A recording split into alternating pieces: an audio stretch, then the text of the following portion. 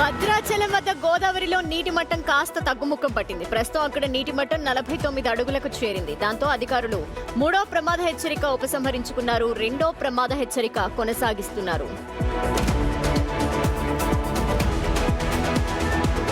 Srisailam reservoir కి వరద పెరుగుతోంది. జూరాల నుంచి ఏకంగా 1,74,711 క్యూసెక్కుల ఇన్ఫ్లో వస్తోంది. రిజర్వాయర్ పూర్తిస్థాయి నీటి మట్టం 885 అడుగులు కాగా ప్రస్తుతం 846.10 అడుగుల వరకు వాటర్ చేరింది.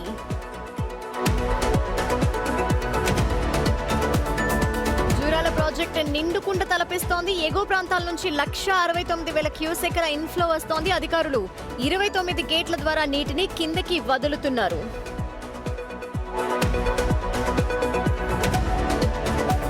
బొగత వాటర్ ఫాల్స్ కి టూరిస్టుల సందడి పెరిగింది. సండే కావడంతో హైదరాబాద్, వరంగల్, కరీంనగర్ తదితర నగరాల నుంచి పర్యాటకులు తరలివస్తున్నారు. వరద తగ్గడంతో బొగత సందర్శనకి టూరిస్టులని అనుమతిస్తున్నారు.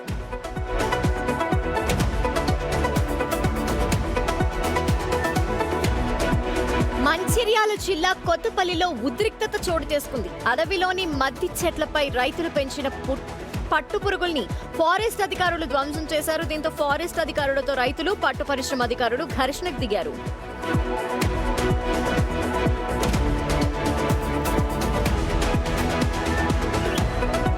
మత్తు రహిత సమాజమే లక్ష్యంగా జాతీయ ఉద్యమాన్ని ఇవాళ ప్రధాని మోదీ ప్రారంభించనున్నారు. నషా ముక్త యువ ఫర్ వికసిత్ భారత్ కార్యక్రమాన్ని ప్రారంభిస్తారు. మత్తు పదార్థాలకు వ్యతిరేకంగా 100 వారాల ప్రచార కార్యక్రమాలు నిర్వహిస్తారు. వరద ప్రభావిత రాష్ట్రాలకు మోదీ సర్కార్ భారీగా నిధులు విడుదల చేసింది. రాష్ట్ర విపత్తు ప్రతిస్పందన నిధి కింద కేంద్ర హోంమంత్రి అమిత్ షా 2,118 కోట్ల నిధులు మంజూరు చేశారు. హిమాచల్ ప్రదేశ్, ఒడిశా, నాగాలాండ్, గుజరాత్, మహారాష్ట్రలకు వరద నిధులు మంజూరయ్యాయి.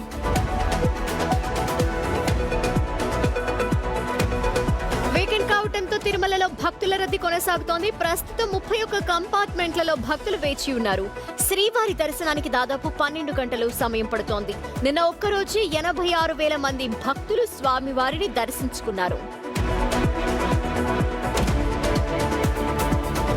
సికింద్రాబాద్ ఉజ్జయిని మహంకాళి లష్కర్ బోనాలకు భక్తుల రద్దీ కొనసాగుతోంది. తెల్లవారుజాము నుంచే మహిళలు పెద్ద ఎత్తున తరలివచ్చి అమ్మవారికి బోనాలు సమర్పిస్తున్నారు. క్యూ లైన్స్ భక్తులతో కిక్కిరిసిపోయాయి.